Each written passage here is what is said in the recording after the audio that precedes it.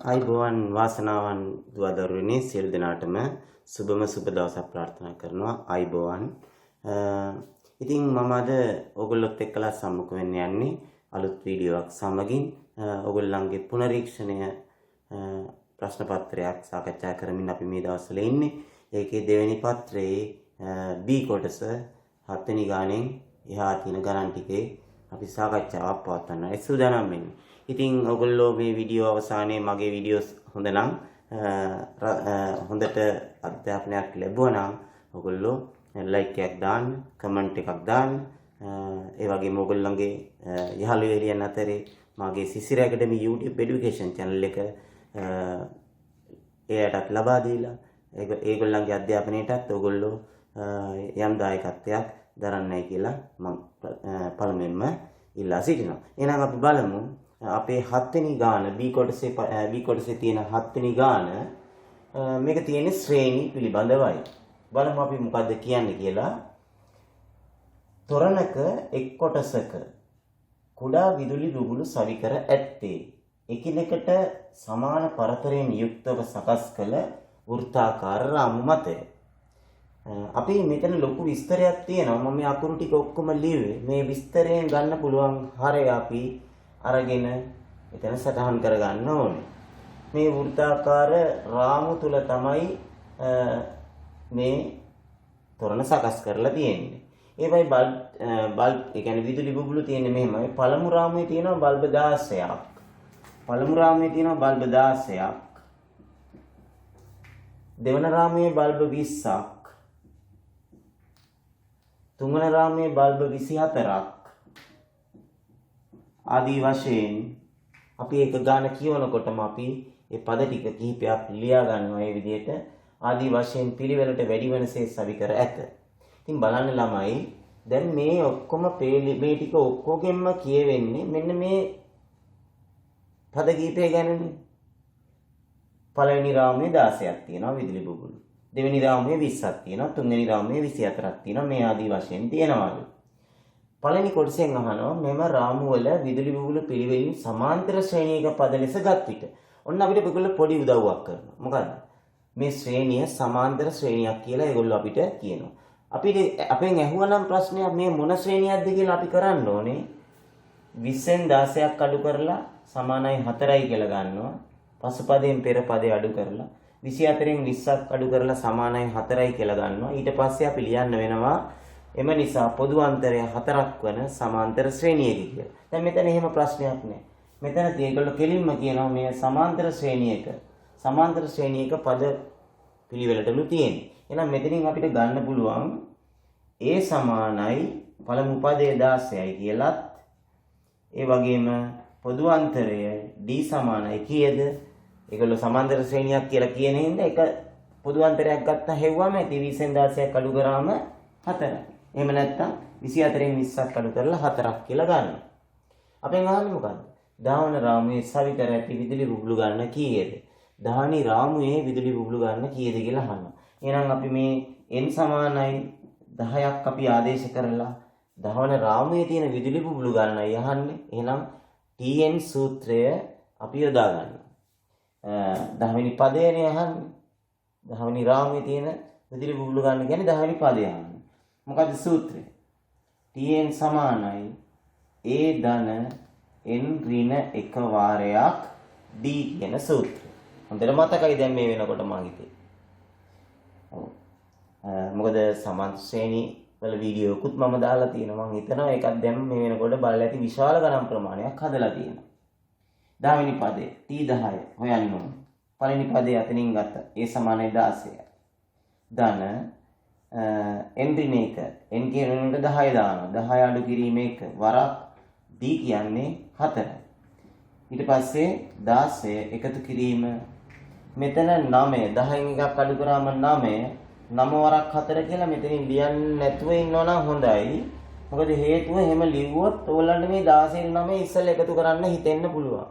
ඒකින්ද 9යි මෙතන 9 වරක් 4 36 කෙලින්ම දාගත්තා නම් දැන් කිසිම වරදක් වෙන්නේ නැහැ. එහෙනම් 36යි 16 එකතු කරාම 36යි 46යි 6යි 52යි. බල්බ 52ක් තියෙනවා 10 වෙනි රාමුව. ඉතින් එහෙමනම් අපේ දෙවෙනි කොටසට යන්නේ ඉස්සෙල්ලා මම මේ උඩ කොටස මගලා ඉන්නම්. දැන් අපි බලමු මේකේ දෙවෙනි කොටස. පළවෙනි කොටසෙන් අපි හෙව්වේ මතකද මේකේ 10 වෙනි පදේනේ අපි මේ හෙව්වේ 52යි කියලා නේද? ඔව්. ඊට පස්සේ දෙවෙනි කොටස අවසාන රාමුවේ විදුලි බුබුලු 76ක් තියෙනවා. අවසාන රාමුවේ තියෙනවලු විදුලි බුබුලු 76ක්. එහෙමනම් එම කොටසේ ඇති වෘත්තාකාර රාමු ගණන කීයද? අන්තිම රාමුවේ මෙහෙම අර පිළිවෙලට යනකොට 16 20 24 ඔහොම යනකොට අන්තිම රාමුවේ 76ක් තියෙනවලු. එතකොට වෘත්තාකාර රාමු ගණන කීයද? අපි මෙතෙන්දී ආදේශ කරන්නේ A වෙනුවට 16කුත් D වෙනුවට 4කුත්. එතකොට මේ 70 අන්තිම රාමුවේ තියෙන්නේ විදුලි බුබුලු 76ක්. ඒ කියන්නේ අවසාන පදය, ඒ කියන්නේ එන්වන පදය තමයි අවසාන පදය. ඒක 76යිලු එන්වන පදය. ඒ කියන්නේ n තමයි හොයන්න තියෙන්නේ. අපේ සූත්‍රය මොකද්ද? Tn සමානයි a ධන n ඍණ 1 වාරයක් d. මේකේ ළමයි 76 කියන්නේ කීවෙනි පදයේද කියලා හොයන්න ඕනේ. කීවෙනි රාමුවද කියලා හොයන්න ඕනේ. එහෙනම් Tn වෙනුවට අපි දානවා 76. A කියන්නේ පළමු පදයට අපි දානවා 16. ඒතර මේ n අකුර තමයි හොයන්න ඕනේ. ඊළඟ D වෙනුවට දානවා 4. දැන් ඔයගොල්ලන්ට මේක සුළු කරලා n හොයන්න ඕනේ. සමහර ළමයි හොයනවා මේක මේ වරහන 4ෙන් ගුණ කරලා ඉවර වෙලා හදාගෙන යනවා. එහෙම නැත්නම් අපිට පුළුවන් මේ 16 ඉස්සෙල්ලා මේ පැත්තට අරන් එන්න. තේරුණාද මේ වෙන් වෙලා තියෙන 16. ළමයි සමහර අයිතිය ගණිත සංකල්ප නැති කට්ටිය මේ 4 ගේන්න උත්සාහ කරනවා. මේ 16 ගේන්න ඉස්සෙල්ලා. ඒතකොට ඒක වැරදි කියන එක තමයි අපි දැනගත යුතු. ඒතර 76න් 16ක් අඩු කරනවා. 76න් 16ක් අඩු කරනවා සමාන වෙන්නේ එතකොට n ඍණ 1 වාරයක් 4ට. තාම වරහණ ඉවත් කරේ නෑ නේද? හේතුව තමයි අපි මේ පැත්තේ උත්තරේ බලන්නකො. 76න් 16ක් අඩු කරාම කීයද? 76න් 6ක් අඩු කරාම 70යි. තව 10ක් අඩු කරාම 60යි එන්නේ. 60 සමානයි n ඍණ 1 වාරයක් 4. දැන් අපි වරහණ ඉවත් කරන්නේ නැතුව බලන්න පුළුවන් නේද දෙපැත්තම 4ෙන් බෙදන්න. එතකොට අපිට එනවා n ඍණ 1 සමාන වෙනවා මේ පැත්තෙන් 64ෙන් බෙදුවාම කීයද? 15ට. ඊට පස්සේ අපිට පුළුවන් n හොයන්න මේ ඍණ 1 මේ පැත්තට එනකොට ධන 1 වෙලා n සමානයි 16ක් කියන පිළිතුර ලැබෙනවා. ඒ කියන්නේ මේකේ තියෙනවා වෘත්තාකාර මේ එක කොටසක තියෙනවා වෘත්තාකාර රාමු 16ක්. හරිද? ඒ 16 වෙනි රාමුවේ තියෙන විදුලි බුබුලු ගන්න තමයි 76. ඊළඟට අපෙන් අහනවා මෙන්න මේ වගේ තව ප්‍රශ්නයක්. තුන්වෙනි කොටසට. මෙම තොරණේ මෙවැනි වෘත්තාකාර රාමු කොටස් 3ක් ඇතනම්. ඒ කියන්නේ මේ එක කොටසක රාමු 16ක් තියෙනවා. මේ කොටසේ රාමු 16ක් තියෙනවා. මේ වගේ තොරණේ තවත් කොටස් 3ක් තියෙනවා. අපෙන් අහනවා වෘත්තාකාර රාමු කොටස් 3ක් ඇතනම් මේ සඳහා අවශ්‍ය විදුලි බුබුලු 2000ක් බව සෙනෙත් පවසයි. සෙනෙත් කියනවා ඒ කොටස් 3ටම මේ රාමු 16 බැගින් තියෙන මේ කොටස් 3ටම විදුලි බුබුලු 2000ක් තියෙනවා කියලා සෙනෙත් කියනවා. ඒකේ සත්‍යතාවය තමයි අපිට පෙන්වන්න තියෙන්නේ. ඉතින් එහෙමනම් අපි කොහොමද මේක කරන්නේ? අපි එක කොටසක මේ වගේ කොටස් 3ක් තියෙනවා. හරිද? මේ වගේ කොටස් 3ක් තියෙනවා. එතකොට මේකේ තියෙනවා රාමු 16ක්. මේ වගේ ඔහොම වෘත්තාකාර රාමු 16ක් තියෙනවා. හරිද? එතකොට මේ එක කොටසක අපි විදුලි බුබුලු ගන්න හොයමු. අපිට පුළුවන් ද අයික්‍ය වෙන සූත්‍රය n බෙදීම 2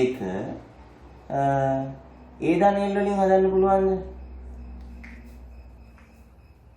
මොකද හේතුව පළවෙනි පදයක් ගන්නවා අන්තිම පදයක් ගන්නවා. අන්තිම පදේ කීයද? ඇයි 16 වෙනි රාමුවේ විදුලි බුබුලු කීයක් තිබ්බද? 76ක් තිබ්බනේ. හරි මේ 16ක් නෙවෙයි 16 වෙනි රාමුවේ විදුලි බුබුලු කීයක් තිබ්බද? 76ක්. ඒ කියන්නේ අන්තිම රාමුවේ තිබිලා තියෙන විදුලි බුබුලු 76ක්. ඒ කියන්නේ 16 වෙනි පදේ අපි දන්නවා. තේරුණාද? එතකොට අපි දාන්නේ n වලට 16ක් අපි S16 හොයනවා. n වලට 16ක් දානවා. 16 බෙදීම 2. පළවෙනි පදේ අපි දන්නවා කීයද? 16 ධන අවසාන පදයත් අපි දන්නවා. ඒ කියන්නේ 16 වෙනි පදේ අවසාන පදය කීයද? 76යි. අපි බලමු සුළු කරලා 8 ගුණ කිරීම 6 6 12 එකක් ඉතුරුයි 71 8 1 9 92යි. එතකොට එනවා 8 වරක් 2 16 එකක් ඉතුරුයි 72 1 73 736. මේ එක කොටසක විදුලි බුබුලු. එහෙමනම් අපිට පුළුවන් කොටස් තුනේ විදුලි බුබුලු ගාන හොයන්න 736 තුනෙන් ගුණ කරලා. 736 තුනෙන් ගුණ කරලා. කීයක් එනවද? 3 වරක් 18 එකක් ඉතුරුයි 3 වරක් 3 9 1 10 බිඳ එකක් ඉතුරුයි 3 වරක් 7 21 22යි. විදුලි බුබුලු 2208ක් තියෙනවා මේ කොටස් තුනේ. එක කොටසක කීයද? 736. 736ව තුනක් තියෙනවා 2208ක්. නමුත් සෙනෙත් කිව්වේ 2000ක් තියෙනවා කියලා නේද? එහෙනම් මොකද වුනේ? මේ 2208 කියන එකයි 2000 කියන එකයි සමාන වෙලා නෑ නේද? මේ පැත්ත ලොකුයි.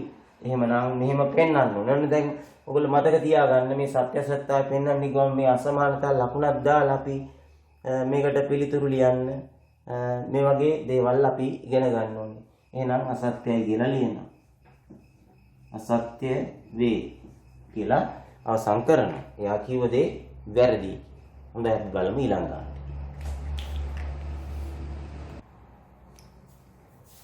ඊළඟ තියෙන දරුවනේ නිර්මාණයේ ගාන. ඊටාත්ම වටිනා ගානක්.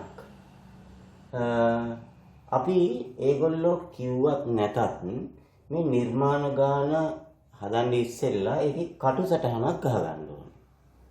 කටුසටහන කිව්වහම ඒකට මේ අඩිකෝදුවක් නැතත් කමක් නැහැ. මනින්න ඕනේ නැහැ. මේ කියන තොරතුරු ටික කටුසටහන ගහගත්තාම ඒ කටුසටහන දිහා බලාගෙන ආයේ මේකේ එක අකුරක්වත් වචනයක්වත් කියවන්නේ නැතුව කටුසටහන දිහා බලාගෙන අපිට ඒක නිර්මාණය කරගන්න පුළුවන් ආකාරයට අපි මේ කටුසටහන ගහ ගන්න ඕනේ. දැන් අපි බලමු ගහන්නේ කොහොමද කියලා. කියනවා AB සමානයි සෙන්ටිමීටර් 5යි. මේ කටුසටහන හොඳේ. මෙන්න AB කියන්නේ අපි අඳින්න ඕනේ AB සෙන්ටිමීටර් 5 දිග රේඛාව. ඒ කටුසටහන. AC පාදයේ 6යි CAB කෝණය 90යි. CAB කෝණය 90යි. එතන මෙතන අපි අංශක 90 කෝණයක් නිර්මාණය කරගන්න ඕනේ. AC පාදයේ 6යි. මේ පාදයේ මෙතන C තියෙන්නේ මේක 6යි. හරිද? ABC ත්‍රිකෝණය නිර්මාණය කරගන්න ඕනේ ඉස්සෙල්ලම. ඔන්න දැන් අපි මේක යා කරාම දැන් ඔන්න අපිට ABC ත්‍රිකෝණය හරි නේද?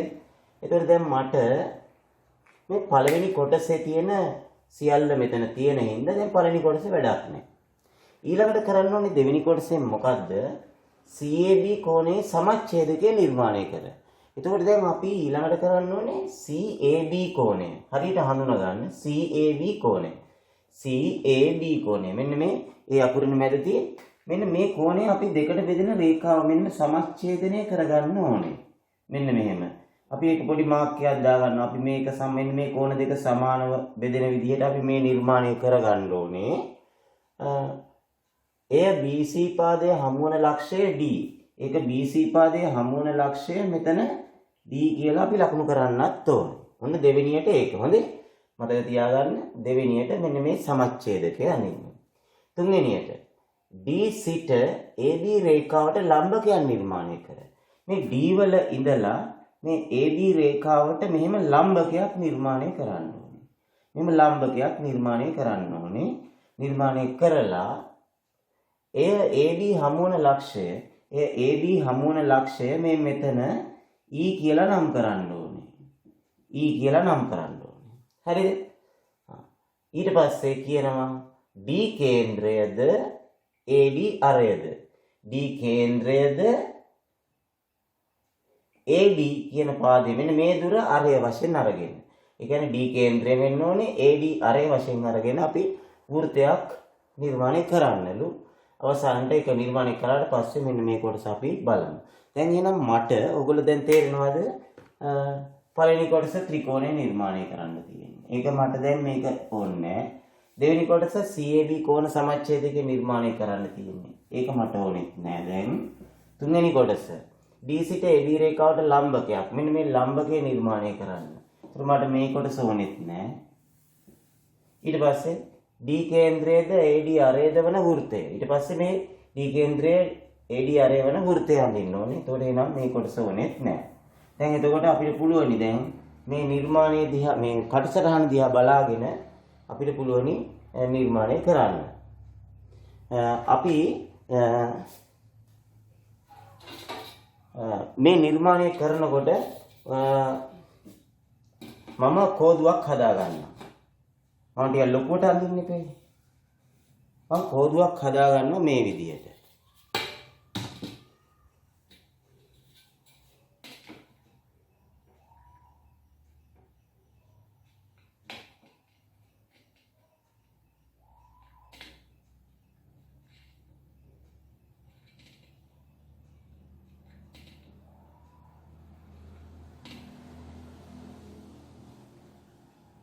ඔය විදිහට කෝදුවක් හදාගත්තා.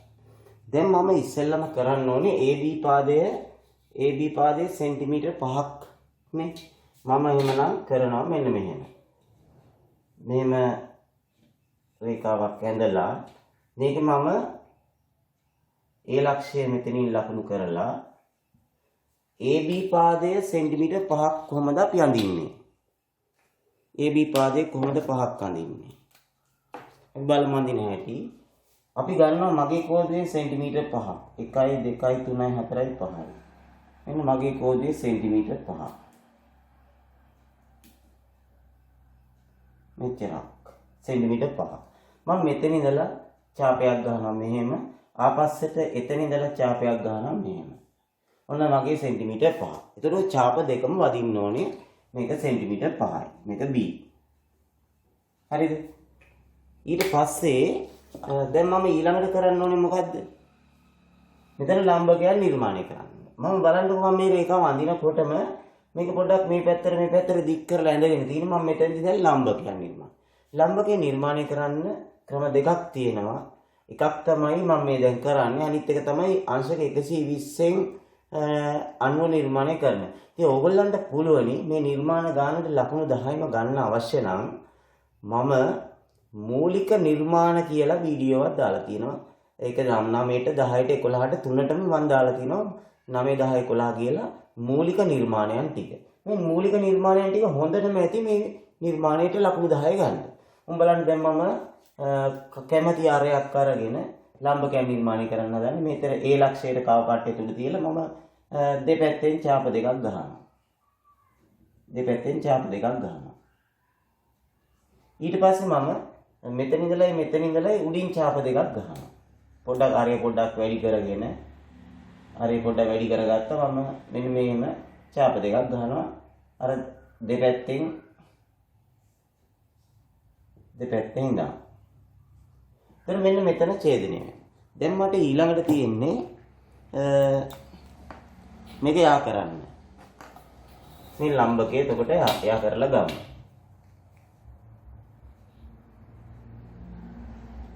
මේක යා කරනකොට මම බලන්නකො මම පැන්සල මෙතනින් තිබ්බා. ඊට පස්සේ ආයෙ මෙතනින් යනවාද කියලා පොඩ්ඩක් චෙක් කරගෙන මම මේක මෙහෙම යා කරලා. හරියටම අංශක අණු රේඛාවක් මට ලැබෙනවා. ඊළඟට මොකද කරන්න ඕනේ? මම දැන් සෙන්ටිමීටර් කීයද? සෙන්ටිමීටර් 6ක් මේකේ ලකුණු කරන්න ඕනේ AC. ඊළඟට මම මෙතනින් මගේ කෝදුවෙන් සෙන්ටිමීටර් 6 ගන්නවා. 1 2 3 4 5 6යි මෙතනට. මෙතනට 6ක් තියෙන්නේ. මම අරගෙන මෙතනින් මෙන්න මෙහෙම ඡාපයක් ගන්නවා. එතකොට මේ ආවේ මොන ලක්ෂයද? මේ ආවේ C ලක්ෂය. මේක සෙන්ටිමීටර් 6 දුරින් මම ගත්තා. දැන් මගේ ABC ත්‍රිකෝණය සම්පූර්ණයිනේ. මම මේක යා කරනවා B ට.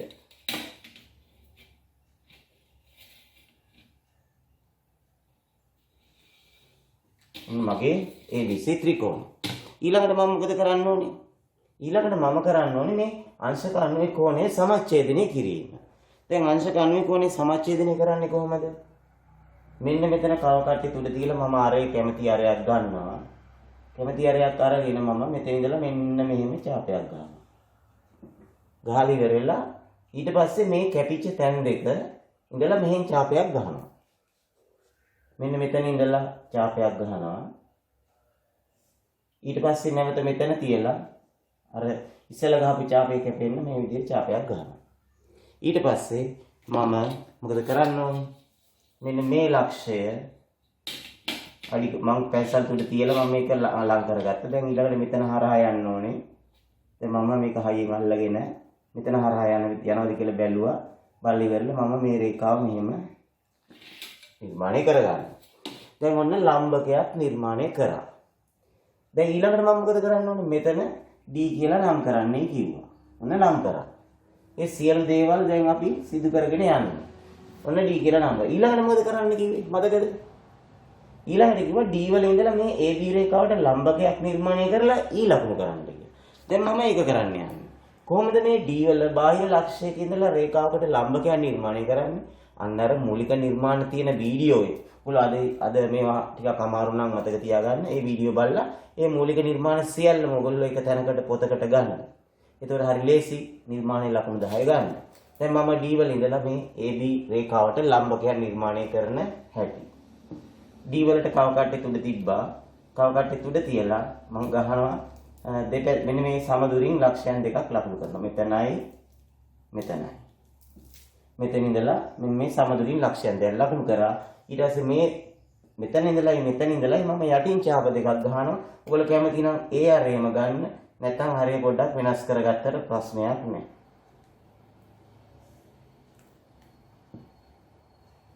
ඔන්න ඒ විදිහට. දැන් මම යා කරනවා D වල ඉඳලා මෙන්න මේ ලක්ෂය.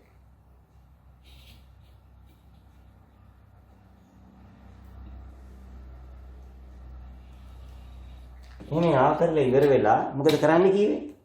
E කියලා මෙතනට නම් කරන්නයි කියලා කිව්වා. ඊට පස්සේ මොකද්ද කිව්වේ? D කේන්ද්‍රය ලෙසද DA අරය ලෙසද කියන වෘත්තයක් අඳින්න කිව්වා. ඊට පස්සේ මට තියෙන බොහොම පොඩි වැඩක් නේද? අර අන්තර් වෘත්තේවත් පරිවෘත්තේවත් බහිර්වෘත්තේවත් මුකුත් නෙමෙයි. ඒවත් ඒ අන්තර් වෘත්ත පරිවෘත්ත බහිර්වෘත්ත නිර්මාණයක් මගේ අර මූලික නිර්මාණ වලින් පස්සේ දාපු වීඩියෝ එකේ තියෙනවා. එකක් බලන්න. හරිද? ඔන්න දැන් මට තියෙන්නේ D කේන්ද්‍රය ලෙසද මේ DA අරය ලෙසද කියන මෙන්න මේ විදිහට DA අරය ඒ හරහා හරියට යන්න මෙන්න මෙහෙම වෘත්තයක් නිර්මාණය කරන්නද. ඔය විදිහට වෘත්තයක් නිර්මාණය කරන්න. ඔන්න එතකොට අපි දැන් සෑහෙන ලකුණු ප්‍රමාණයක් අරන් ඉවරයි. තව ඇත්තේ ලකුණු එකක් හෝ දෙකක් නේද අන්තිම කොටසට. දැන් අපි බලමු ඒ කොටසත් මේ මොකද කියන්නේ? දිග මැනීමෙන් තොරව AE සමානයි ED බව පෙන්වන්න. මේ දිග මනින්නේ නැතුව AE පාදයයි ED පාදයයි සමානයි කියලා පෙන්වන්න. මේ දුරයි. කොහොමද පෙන්වන්නේ? දිග මැනීමෙන් තොරව. ඔයගොල්ලන්ට පේනවද මේ 90 අපි සමච්ඡේදනය කරපු රේඛාව නේද මේ යන්නේ. එතකොට මේ කෝණයත් 45යි මේකත් 45යි. DAE කෝණය සමානයි අංශක 45යි. හරිද? ඊළඟට මෙතන අපි මෙතන ඉඳලා ලම්බකයක් නේද නිර්මාණය කරන්නේ. මෙහෙම ලම්බකයක්. ඒ කියන්නේ AED කෝණය සමානයි අංශක 90යි. ඉතින් මේක 90 නම් මේක 45 නම් ADE කෝණය කීයද? ADE කෝණය කීයද? ඒකත් 45යිනේ. ඇයි 90 නම් ඉතිරි 90 එකක් 45 නම් අනිත් එකත් 45යි. එතකොට මේකත් 45යි. දැන් මොකද වුනේ? මේ කෝණ දෙක සමාන වුණානේ. ඒ කියන්නේ EAD EDA. එම නිසා EAD කෝණයයි සමාන වුණා EAD කෝණයට සමාන වුණා EDA කෝණය. EDA කෝණය මේ දෙකම අංශක 45යි. මේ කෝණ දෙක අංශක 45යි. එහෙමනම් මොකද වෙන්නේ? සමද්විපාද ත්‍රිකෝණයක්. එම නිසා AE සමානයි ED. එම නිසා AE සමානයි ED. හරි. මේක 45යි මේක 90යි එමනම් මේ කෝණය 45යි එතකොට මේ දෙක සමානයි කියලා ලියුවා 45ට සමද්විපාද ත්‍රිකෝණයක් ඉඳන් මේ පාද දෙක සමාන වෙනවා. ඉතින් බලන්න දැන් මේ නිර්මාණයේ ගානට අන්තිම කොටසට ඇඩ් කරලා තියෙනවා මොකද්ද? මොකද්ද? පොඩි සාධනයක් වගේ එකක් නේද? දිග මේ මැනීමෙන් තොරව අපි මැනලා බැලුවත් අපිට මේ දෙක සමානයි කියලා අපිට පේනවා. මැනලා බලන්න නැතුව මේ ඔප්පු කරලා පෙන්වන්න ඕනේ. මේ නිර්මාණය ඉවරනාට පස්සේ ළමයි බලන්න මං ගහපු ඡාප දිහා පොඩ්ඩක්. මේ ඡාප දෙක මම දැනගත්තා මේ හරියෙන් තමයි ඡේදනය වෙන්නේ. ඒකින්ද මේ සමහර ළමයි මේ ඡාපේ ගහනකොට විහි දිගට ගහනවා. ඒතකොට අන්තිමේට මේක බැලුවාම නිකන් අර නිකන් මේ අච්චාරුවක් වගේ. අච්චාරු හැලිය වගේ නේ. ලුණු ගෙඩියක් තෝරගන්න බොහොම අමාරුයි වගේ. අන්නේ එහෙම නෙමෙයි. බොහොම කෙටි ඡාප ගහලා ලස්සනට ඔයගොල්ලෝ පෙන්සල් තුඩ බොහොම සියුම් අරගෙන නිර්මාණය කරන්න. රයිට්. මොන දැන් ළමයි 9 වෙනි ගාන. මේ 9 වෙනි ගානට රූප සටහනක් ඇඳලා නැහැ. මම පහසුවට රූප සටහන ඇඳා. හරිද? මේක අපි අඳින්න තියෙන එකක්. ඉතින් අපිට තියෙන්නේ මේ ගාන අපි රූපය හරියට නිවැරදිව ඇඳගත්තේ නැත්නම් ඒගොල්ලෝ අහන්නේ ලකුණු 10 ප්‍රශ්නයට එකම එක ප්‍රශ්න කෑල්ලයි මේකට අපිට උත්තර ලියා ගන්න බැරි වෙනවා. එහෙනම් අපි රූපය නිවැරදිව අඳින හැටි පොඩ්ඩක් ඉගෙන ගමු. ඉස්සෙල්ලාම කියනවා ABC සමද්විපාද ත්‍රිකෝණයේ AB සමානයි AC වේ. ඒතර මම දැන් මෙතන ඇඳ ගන්න ඕනේ AB AC පාද දෙක සමාන වන පරිදි සමද්විපාද ත්‍රිකෝණය. හරිද? සමද්විපාද ත්‍රිකෝණයක් ඇඳගත්තා. ඊට පස්සේ AB වල මධ්‍ය ලක්ෂය D. මම AB වල මධ්‍ය ලක්ෂය D කියලා ලකුණු කරා. ඒතර ඒක මධ්‍ය ලක්ෂය D කියලා ලකුණු කරනකොටම අපි මෙහෙම ඉරි දෙක වගේ එක ඉර හරිය ඉරි දෙක ගහ ගන්නවා. එතකොට ආයේ දැන් ෂුවර් මධ්‍ය ලක්ෂය. රයිට්. ඊළඟට AC පාදය F දක්වා දික් කර ඇත්තේ මේ AC පාදය මෙහෙම F දක්වා දික් කරලා තියෙන්නේ කොහොමද? DB සමානයි CF වන පරිදි. කියන්නේ මෙන්න මේ දිගට මේ දිග DB පාදයේ දිගට CF සමාන වන පරිදි ලකුණු කරගන්නවා. එතකොට බලන්න මම එතනට ඉරි දෙකක් ගහගත්තා. මේ දෙක සමානයි කියලා දත්තයට දීලා තිබ්බා. ඊට පස්සේ DE රේඛාව BC ට සමාන්තරව ඇඳ තිබ්බේ. DE රේඛාව මේ BC පාදයට මෙහෙම සමාන්තරව ඇඳලා තියෙනවලු. DE රේඛාව. එතකොට මම ඊතල දෙකක් ගහගත්තා සමාන්තර බව පෙන්වන්න. දැන් එතකොට ළමයි මෙතනින් උඩ තවත් එකක් තියෙනවානේ. BC හා DF රේඛා G හිදී ඡේදනය වේ. BC රේඛාවයි DF රේඛාවයි G වලදී ඡේදනය වෙනවා. ඒතර ඒකත් අපි දැන් මේකේ ලකුණු කරලා තියෙන්නේ. මේ සියලු දේවල් මේකේ ලකුණු කරලා තියෙන්නේ. දැන් මෙතන දීලා තියෙනවා දල රූපයක් ඇඳ සියලු දත්තයන් එහි ලකුණු කරන්න කියලා. ඒතර මේ තියෙන සම්පූර්ණ මේ ඔක්කොම තොරතුරු ටික දැන් අපි රූපයකට අරගෙන ඉවරයි. ඒතර සාධනය කරලා පෙන්වන්න තියෙන්නේ මේක. ඒකින්ද මම දැන් රූපය මෙතන තියෙන හින්දා මේ රූපය ඇඳගෙන ඉවර හින්දා මම මේ කොටස මකලා දානවා. මකලා දාලා ඉවර වෙලා මම සාධනය කළ යුත්තේ මේකනේ. මේක මම උඩින් ලියනවා. සාධනය කළ යුත්තේ.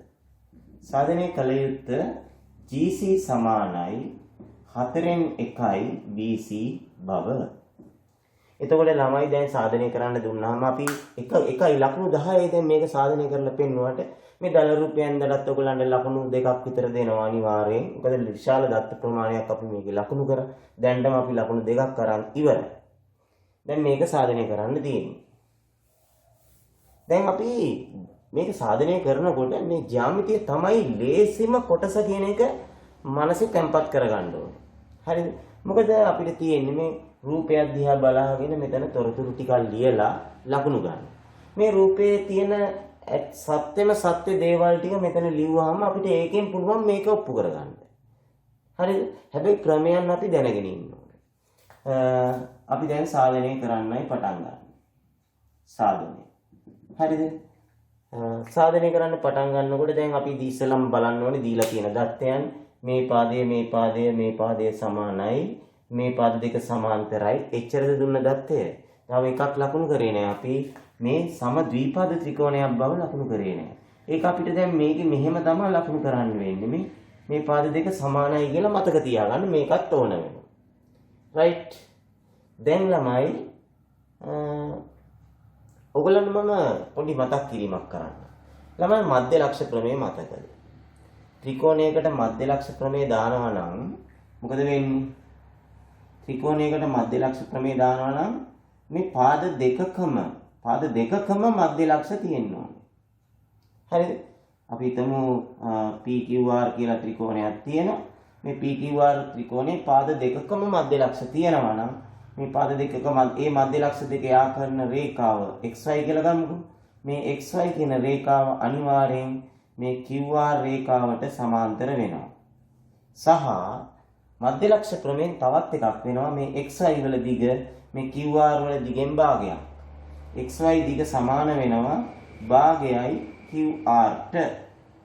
හරිද? මේ ප්‍රමේය මධ්‍ය ලක්ෂ ප්‍රමේය විලෝමයේ දාන්න නම් මොකද වෙන්න ඕනේ?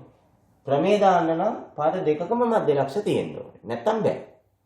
විලෝමයේ දාන්න නම් කොහොමද තියෙන්න ඕනේ ත්‍රිකෝණය? PQR ත්‍රිකෝණේ එක පාදයක මධ්‍ය ලක්ෂ තියෙන්න ඕනේ.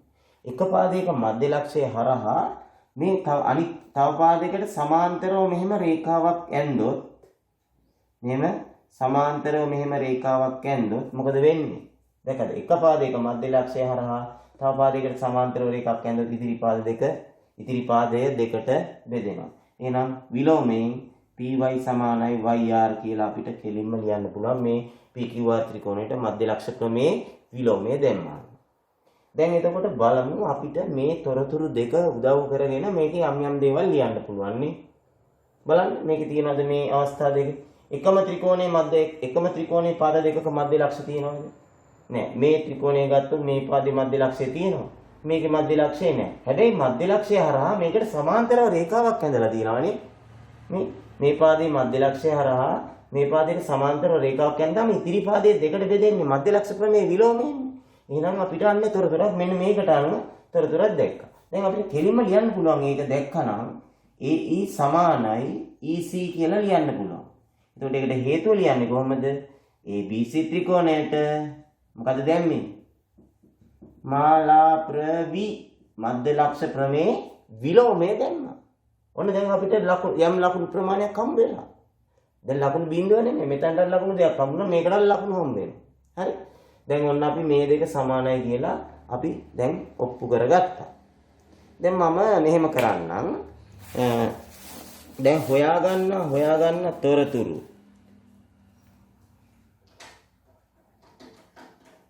හොයාගන්න තොරතුරු මම මේකේ ලකුණු කරනවා වෙන වර්ණයක් පාවිච්චි කරන්නම් අලුතෙන් හොයාගන්න තොරතුරු. මෙන්න මේ පාදේ සමානයි කියලා මම නිල් වර්ණයෙන් ඔන්න ලකුණු කරා. හරිද? ඒ අලුතෙන් හොයාගන්න තොරතුරු ඒවා දීලා තිබ්බේ නෑ. ඊළඟට තව මොනවද කියන්න පුළුවන්? දැන් දත්තේට මේ දෙක සමානයි කියලා දීලා තිබ්බා. දැන් මේක මධ්‍ය ලක්ෂය වුණා නේද? එහෙනම් මේ ඉස්සෙල්ලාම මේ සම ද්විපද ත්‍රිකෝණයක් නෑනේ. එහෙනම් මේ AB වල දිගයි AC වල දිගයි සමානනේ. AB වල දිගයි AC වල දිගයි සමානනේ. ඒක දෙකෙන් බෙදුවාමත් එන්නේ සමාන ඒවා නේද එහෙනම්? නේද? AB පාදයයි AC පාදයයි සමාන නම් ඒවා දෙකට බෙදුවාමත් එන්නේ සමාන ඒවා. එතකොට අපිට මෙතනින් ලැබෙනවා ළමයි මොකද්ද? සමාන පාද කැලි කීයක් තියෙනවද? හිතන්න මේ දිග 10 නම් මේ දිග 10යි. එහෙනම් මේකත් 5යි මේකත් 5යි මේකත් 5යි මේකත් 5යි මේකත් 5යි. ඇයි? මේ දෙකත් සමානනේ. දැන් එහෙනම් සමාන පාද කැලි ගොඩක් අපිට අහුණානේ. මොනවාද කියන්න බලන්න. එකක් AD සමානයි DB සමානයි තව AE සමානයි EC EC තවත් එකක් තියෙනවා. මොකද්ද? CF. මේ පාද සියල්ලම සමාන වෙනවා. හරිද? එතකොට අපි මේක සමාන වුණේ දත්තයට අනුව මේ දෙක සමානයි කියලා දීලා තිබ්බ අපි රූපෙත් එක්ක ලකුණු කරගත්තා. දැන් ඊළඟට මොකද්ද කියන්න පුළුවන්? මම දැන් මේක ඊටමදී ඉන්න මේ දෙක මකනවා මේ දෙක මතක තියාගන්න. හොඳේ? රයිට්. දැන් මොකද්ද කියන්න පුළුවන්? හරි. දැන් මේ අපි තාම සාධනය කළ යුතු බැලුවද? නැහැ. සාධනය කරන්න ඕනේ මොකද්ද? දැන් බලමු අපි. GC පාදේ දිග මෙන්න මේ චූටි පාද කෑල්ලේ දිග BC පාදයෙන් 4න් එකයි. BC පාදයෙන් 4න් එකයි කියලා තමයි ඔප්පු කරන්නේ. මේ කෑල්ල සම්පූර්ණ පාදයෙන් 4න් එකයි කියලා. ඒක ඔප්පු කිරීම සඳහා තමයි අපි දැන් මේ යන්නේ. එතකොට ළමයි මේකේ බලන්න ඕන නැති දෙයක් තියෙනවා. මොකද්ද බලන්න ඕන නැත්තේ? මේ 4න් එක දිහා නම් බලන්නවත් එපා. හරිද? අපි බලන්න ඕනේ මේ පාද දෙක මොකද්ද කියන එක විතරයි. මේ පාද දෙක අතරේ සම්බන්ධයක් තමයි අපි දැන් ගන්න ඕනේ. හරි. දැන් අපි නැවත වතාවක් රූපය හොඳට නිරීක්ෂණය කරමු. දැන් ඊළඟට මොකද්ද කියන්න පුළුවන් ඔයගොල්ලන්ට? මෙන්න මේ ත්‍රිකෝණය දිහා බලන්න මොකක් හරි විශේෂත්වයක් තියනවාද කියලා. මේ ත්‍රිකෝණය කොහොමද තියෙන්නේ? මේ පාදේ දැන් මධ්‍ය ලක්ෂය තියෙනවානේ. මොකද EC ට CF සමානනේ. EC සමානනේ CF ට. හරිද? EC පාද දිගයි CF පාද දිගයි සමානයි. අපි ඒවට ඉරි දෙක දෙකම ගහමුකෝ. දැන් සමාන වුණානේ. හරි. එතකොට මේ මධ්‍ය ලක්ෂය එහෙනම් මේ EF රේඛාවේ මධ්‍ය ලක්ෂය හරහා මේ DE රේඛාවට සමාන්තරව නේද මේ තනි තලෙන්නේ මේකත්. මේ රේඛාවට සමාන්තරව මේ පාදයේ මධ්‍ය ලක්ෂය හරහා මෙහාට රේඛාවක් ගහලා තියෙනවා. එහෙනම් මෙන්න මේ ත්‍රිකෝණේ මේ පාද දෙක මොකද වෙන්නේ දැන්? මධ්‍ය ලක්ෂ ප්‍රමේය විලෝමය. එක පාදයක මධ්‍ය ලක්ෂය හරහා තව පාදයකට සමාන්තරව රේඛාවක් යනදම ඉතිරි පාදයේ දෙකට බෙදෙනවා. දැන් අපිට කියන්න පුළුවන් DG සමානයි GF. එම නිසා DG සමානයි GF වෙනවා. ඒක වෙන්නේ කොහොමද? මොන ත්‍රිකෝණයටද? DEF ත්‍රිකෝණයට මධ්‍ය ලක්ෂ ප්‍රමේය විලෝමය දැම්මේ. මධ්‍ය ලක්ෂ ප්‍රමේය විලෝමය දැන් එහෙනම් අපිට නැවත වතාවක් මේ පාදයේ දෙකට බෙදුණා. ඒ කියන්නේ මෙන්න මේ පාදෙ දිගයි මේ පාදෙ දිගයි සමාන වුණා. ඔන්න දැන් අපි බලන්න හොඳට මේ ත්‍රිකෝණය ගත්තහමත් මධ්‍ය ලක්ෂ දෙකක් තියෙනවා. පාද දෙකක. එහෙනම් මේකට දාන්න පුළුවන් දැන් මධ්‍ය ලක්ෂ ප්‍රමේය. මේ ලොකු ත්‍රිකෝණය ගන්න. දැන් මේකෙත් මධ්‍ය ලක්ෂ දෙකම දැන් විලෝමයෙන් අපි මධ්‍ය ලක්ෂය කියලා කිව්වට පස්සේ මේ ත්‍රිකෝණෙත් මධ්‍ය ලක්ෂ දෙකක් තියෙනවා නේද? එහෙනම් ඒකටත් මධ්‍ය ලක්ෂ ප්‍රමේය දාන්න. ඔන්න දැන් අපි වැඩේ පටන් ගන්නයි යන්නේ. අපි දැන් වැඩේ පටන් ගමු. මෙතනට අපි x කියලා ගමු. අපි ඒක ලියනවා. GC සමානයි x ලෙස ගනිමු. හරි. මොකද මේ පාදේ දිගනේ සම්පූර්ණ පාදයට එක්ක සම්බන්ධ කරන්න යන්නේ. ඒකට x කියලා ගත්තා. දැන් මට කියන්න පුළුවන්ද DE පාදේ දිග මොකක්ද? මෙම නිසා DE දිග මොකක්ද? එයි මේ මධ්‍ය ලක්ෂ දෙක නේද මේ යා කරලා තියෙන මේ ත්‍රිකෝණේ. එහෙනම් මේක x නම් මේක TE පාදේ දිග මධ්‍ය ලක්ෂ ප්‍රමේය මේ ත්‍රිකෝණයට මධ්‍ය ලක්ෂ ප්‍රමේය දානවා. මේක x නම් මේක 2x. DE සමාන වෙනවා 2x ට. හේතුව දැන් DEF ත්‍රිකෝණයට දැන් දැන්නේ මධ්‍ය ලක්ෂ ප්‍රමේය. ඉස්සෙල්ලා විලෝමය දැන් ප්‍රමේය. දැන් මේක 2x වෙනවා. මම තොරතුර මෙතනට දැම්මා. දැන් මට කියන්න BC දිග කීයද? Dත් මධ්‍ය ලක්ෂය Eත් මධ්‍ය ලක්ෂය. එතකොට BC දිග ඇවිල්ලා DE දිග වගේ දෙගුණයක් වෙනවනේ. එහෙනම් BC දිග සමානයි කීයද?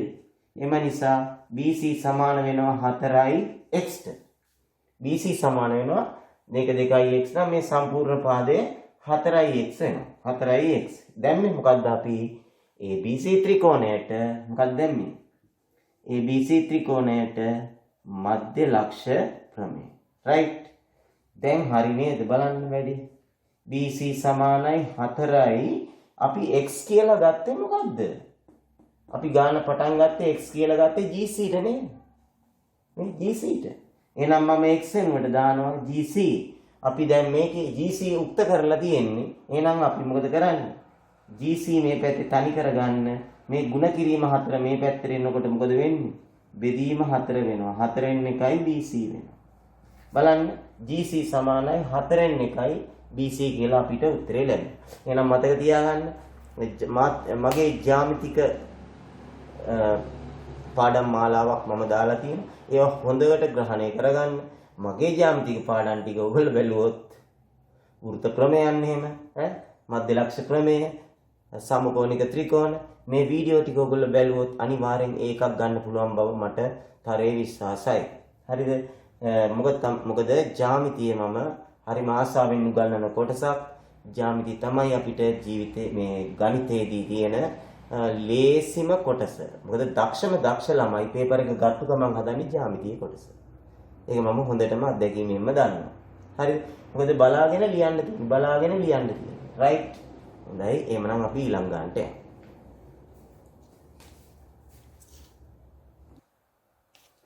හොඳයි ළමයි අපි දැන් 10 වෙනි ගානට කුලක ගානක් හදමුකෝ. සාමාන්‍ය කුලක ගාන එන්නේ 12 වෙනි ගානටනේ. හරිද? අපි 10 වෙනි ගානට කුලක ගානක් අරන් හදමුකෝ. බලන්න NA මේලේ B 40යි කියලා දීලා තියෙනවා. NA 27යි, NB 28යි, B වල අවයව ගන්න 28යි. ඡේදනයේ අවයව ගන්න කීයද කියලා අහනවා. ඒතර මේ මේලය NA, NB, NA ඡේදනයේ B අතරේ සම්බන්ධයක් ඔයගොල්ලන්ට මතක ඇති. අපි සම්බන්ධය ලිව්වොත් කොහොමද ලියන්නේ? NA මේලේ B සමානයි NA ධන NB ඊළඟට ඍණ NA ඡේදනය B. මේ සූත්‍රය අපිට මතක තියාගෙන යන්න ඕනේ. එතකොට මේක සම්භාවිතාවයට සම්බන්ධ කරනවා නම් කුලක දෙකක් ඡේදනය වෙන අවස්ථාවේ සම්භාවිතාවලට මේක මෙයා කරනවා නම් මේ n අකුර තියෙන තැනට p අකුර දාගෙන අපිට පුළුවන් සම්භාවිතාව අතර සම්බන්ධයක් ගන්න. හොඳයි දැන් අපි ආදේශ කරමු මේලයට 40ක් දාන්න ඕනේ. NA ට කීයද 27ක්. NB ට 28ක්. ඡේදනය දන්නේ නැහැ. මට කියන්න 27යි 28යි එකතු කරාම කීයද? 55යිනේ. මේ 40 මෙහා පැත්තට ගත්තොත් ඍණ 40. මේ දෙක එකතු කරා මේ 40 මෙහාට ගත්තා ඍණ ඡේදනය මෙහාට ගන්නවා ධන කරලා NA ඡේදනය B අපි සමාන ලකුණෙන් වම් පැත්තට ගන්නවා. ධන වෙනවනේ මේක මෙහාට එනකොට මේක 40 මේ පැත්තට යනකොට ඍණ වෙනවා. දැන් එහෙනම් අපිට උත්තරයක් එනවා ඡේදනයේට 55න් 40ක් අඩු කරාම කීයද? 15යි කියලා. ඊළඟට අපි මේ 10 වෙනි ගානේ B කොටස අපි කතා කරමු.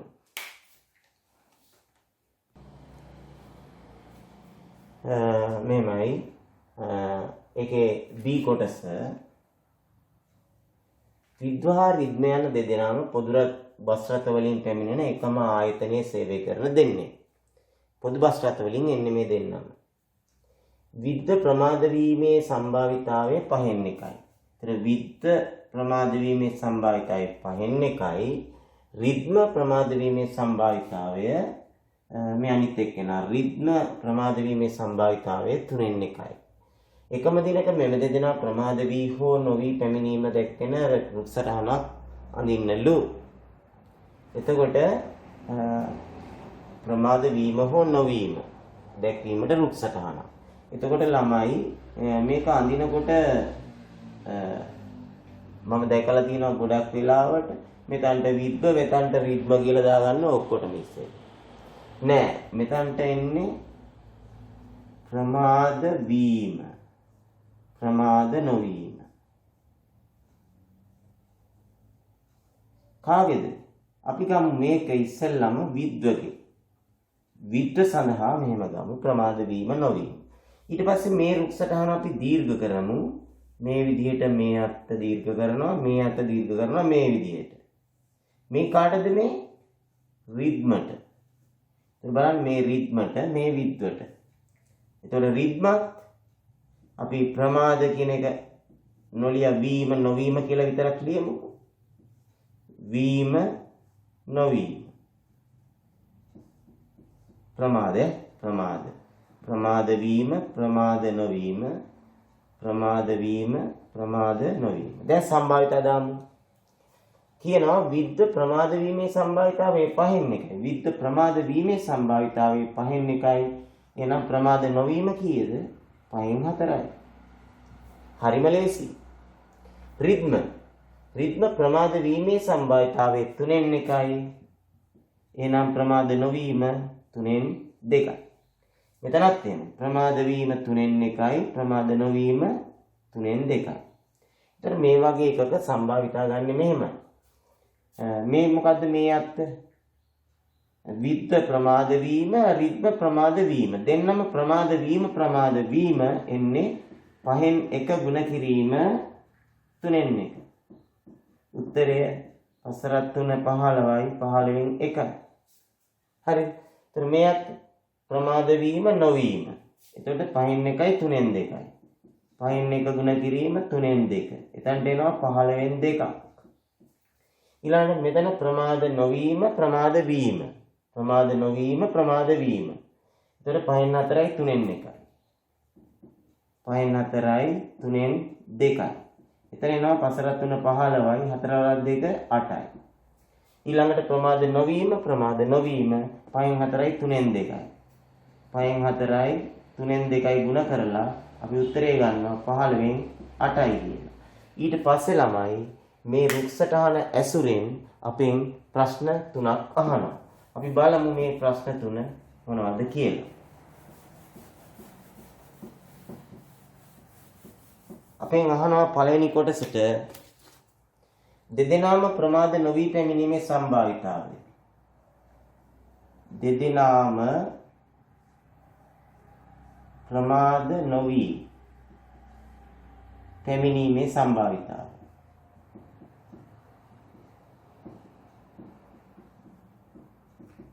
බලන්න දෙන්නම ප්‍රමාද නොවි පැමිණීමේ සම්භාවිතාවය කියන්නේ මේ 5න් 4යි 3න් 2යි නොවීම කියන එකනේ. උත්තරේ 15න් කීයද? 8යි. 15න් 8යි. අපි මෙතන උත්තරේ දාලා තියෙනවා. අපි කෙලින්ම උත්තරේ ගන්න පුළුවන්. ඒතකොට නැත්නම් අපි ලියන්න වෙනවා මෙතන 5න් 4යි 3න් 2යි ගුණ කරා කියලා. 5න් 4යි 3න් 2යි ගුණ කරලා තමයි අපි උත්තරේ ගත්තේ. දෙවෙනි කොටසට අහනවා. එක් අයෙකු ප්‍රමාද වී පැමිණීමේ සම්භාවිතාව. එක් අයෙකු ප්‍රමාද වී පැමිණීමේ සම්භාවිතාව.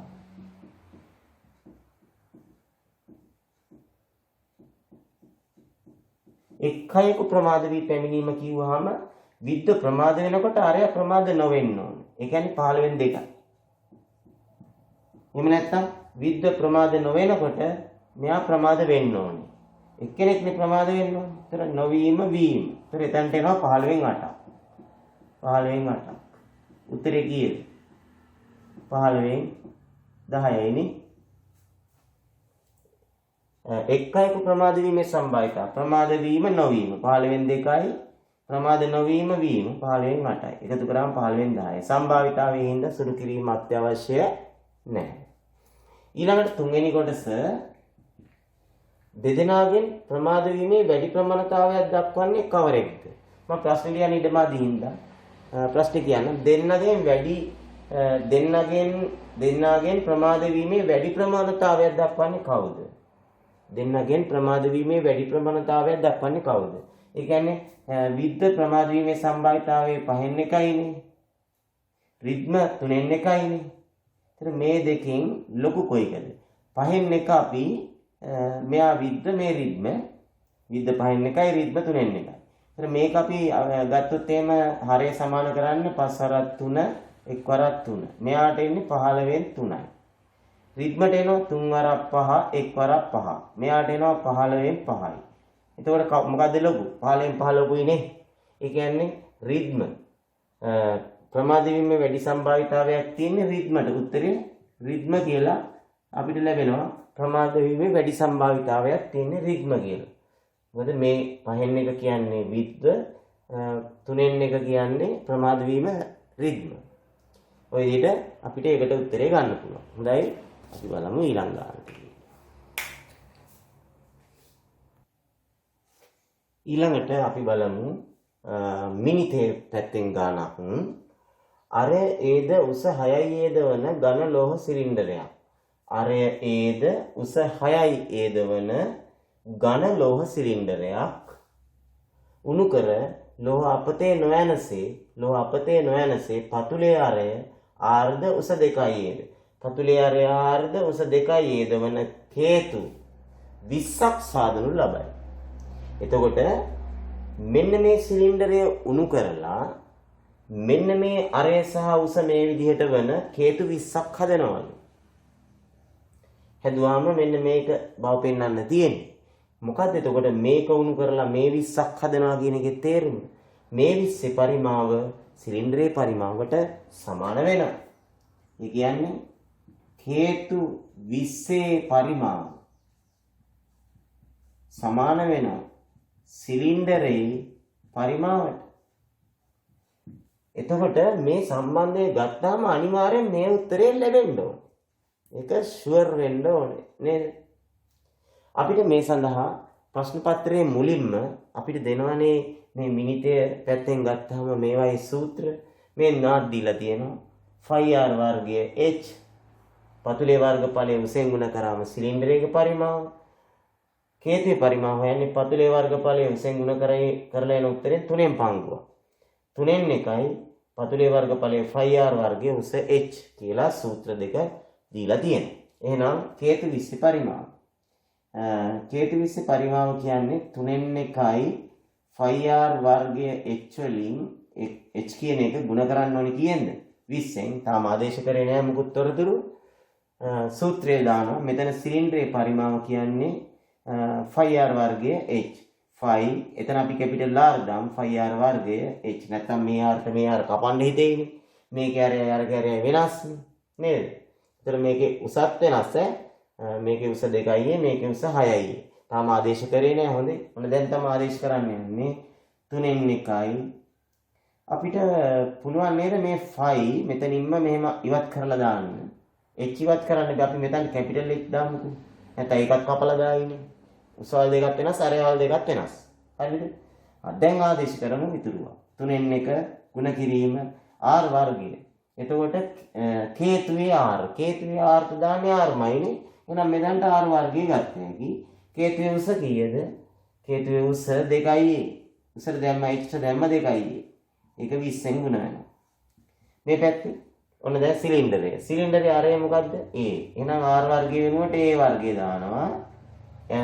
උස කැපිටල් H කියලා අපි ගත්තේ උස වෙනුවට දානවා 6යි a. ඔන්න මේ රූප දෙක අපි ඇඳ ගන්න ඕනේ කියන්නේ. ඒතර ආයි ගාන දිහා බල නිකන් වාත වෙන්න ඕනේ නැහැ. ඔයගොල්ලන්ගේ වචනෙන් කියනවා නන්නේ. මේ දෙක දිහා බලලා අරේ මේක උස මේක අරේ මේක උස මේ උස ඒ දෙක බලලා දාන්න පුළුවන් ටක් ගාලා. දැන් හරි මේක සුළු කරාම උත්තරේ එන්න ඕනේ 200ක් විශ්වාසයි. ආරුක්ත කරන්න ඕනේ. අපි පොඩ්ඩක් සුළු කරගමු. 20 වරක් 2 40යි a.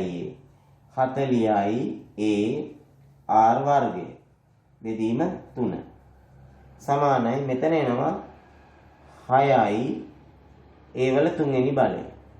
මම නේ දෙන්නේ. නේ. දැන් අපි මේකේ r තනි කරමු. r වර්ගය තනි කරලා එමුකෝ. 3න් ගුණ වෙනවා 3 රක් 6 18යි a ඝනය බෙදීම 40යි a. අපි මෙතන පොඩ්ඩක් අපිට පේනවා පොඩ්ඩක් සුළු වෙනවා කියලා. කීයද කැපෙන්නේ? 2න් කැපෙනවානේ. 2න් කැපෙනවා. 2 20යි 2 9යි කියලා. මෙතන එක a එකක් කැපෙනවා. මේ a එකට a වල 3 වෙනි බලයෙන් එකක් කැපුණා මේ වල 2 වෙනි බලයෙන්. ඒතර උඩට එනවා 9යි a වර්ගය යටට එන්නේ 20 විතරයි. හරිද? එතකොට r සමාන වෙනවා මේ සම්පූර්ණ මේ දෙපැත්තෙම වර්ගමූලය ගන්නවා.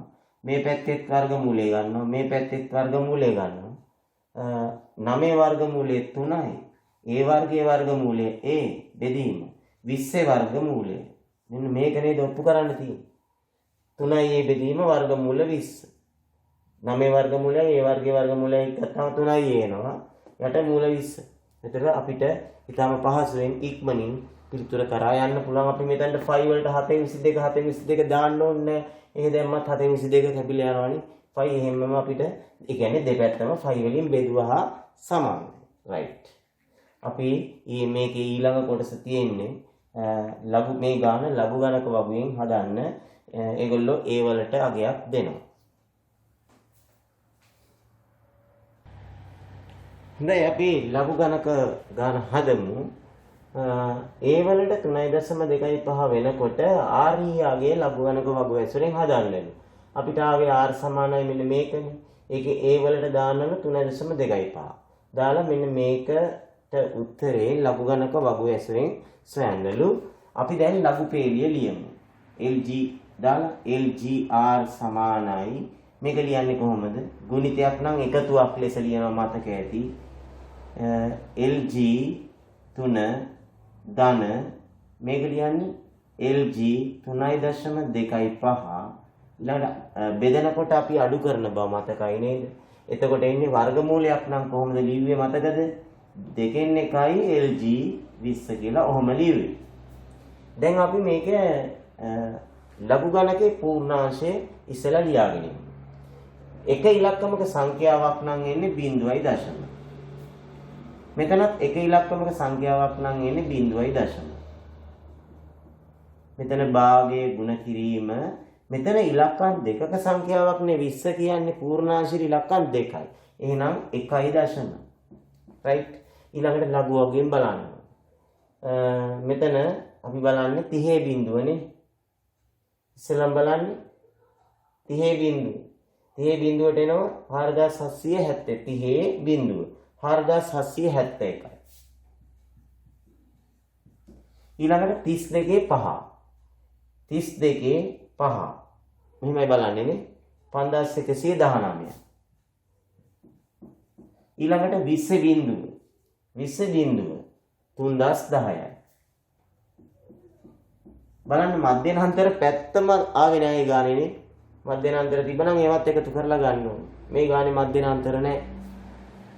දැන් අපිට තියෙන්නේ මේ දෙක එකතු කරන්න ඕනේ.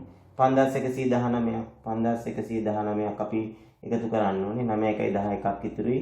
7 1 8 1යි 9යි 7 1යි 8යි 5 4යි 9යි බිඳුව. ඊළඟට මේ දෙක එකතු කරා. දැන් මේක අඩු කරන්න තියෙන්නේ මේක දෙකෙන් බෙදන්න. එකට දෙක ඒවා බිඳුවයි 13ට දෙක ඒවා 6යි 10ට දෙක ඒවා 5යි එකට දෙක ඒවා බිඳුවයි 10ට දෙක ඒවා 5යි. ඊළඟ මේක අඩු කරන්න. 6යි 5යි 0.5ක් 6යි 5යි 0.5ක් අඩු කරන්න ඕනේ. අඩු කරාම වෙනවා 10න් 5ක් 5යි 9න් බිඳුවක් 9යි නෑ 8න් බිඳුවක් 8යි 8න් 5ක් 3යි 9න් 6ක් 3යි 0.3යි 8යි 5ක්. ඊළඟට අපි r හොයන්න නම් මේක ඇන්ටි ලොග් බලන්න ඕනේ නේ මතකද? ප්‍රතිලඝු ගණකේ බලන්න ඇන්ටි ලොග් 0.3යි 3යි 8යි 5.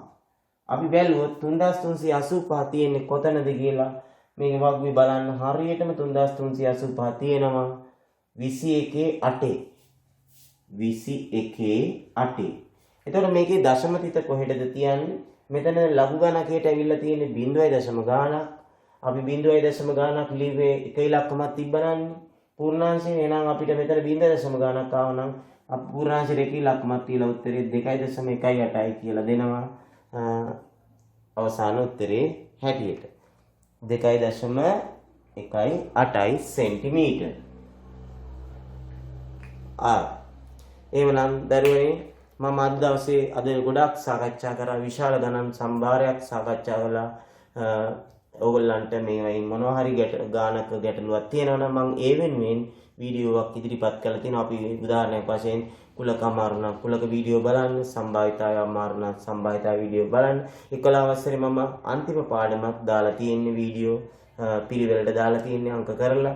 ඉතින් ඕගොල්ලන්ට ඕගොල්ලන්ගේ මගේ සිසිර ඇකඩමි YouTube education channel එකට ගිහිල්ලා ඒ වෝටර්මාර්ක් ක්ලික් කරාම ඇතුළට යන්න පුළුවන්. ඊට පස්සේ ප්ලේලිස්ට් එකෙන් ඔයගොල්ලන්ට 11 වසර සිලෙක්ට් කරගත්තාම ඒ වීඩියෝ ටික තෝරගෙන බලන්න පුළුවන්. ඉතින් වයිසේ කරන්න කියලා ආරාධනා කරමි.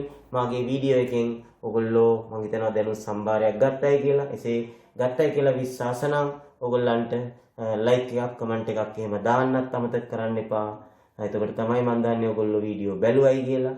ඉතින් එහෙමනම් ඔයගොල්ලන්ගේ ආදරණීය සහෝදර සහෝදරියන්ට මගේ සිසිර ඇකඩමි YouTube education channel එකේ link එක ලබා දෙන්න. ඒක ලෝභ හිතන්නේ නැතුව ලබා දෙන්න උන්ටත් ඉගෙන ගන්නට කියලා ආරාධනා කරමින් මම ඔයගොල්ලන්ගෙන් සමුගන්නවා. ඊටමත්ම දැන් විභාගෙට ළඟයි. ඔයගොල්ලෝ හොඳට මාන්සි වෙලා වැඩ කරොත් ඒ එකක් ගන්න අනිවාර්යෙන් පුළුවන් මාත් එක්ක එකට රැඳී සිටියොත්. එහෙමනම් ඒ විශ්වාසය තියාගෙන මම ඔයගොල්ලන්ගෙන් සමුගන්නවා. ආයුබෝවන් වාසනාවක්.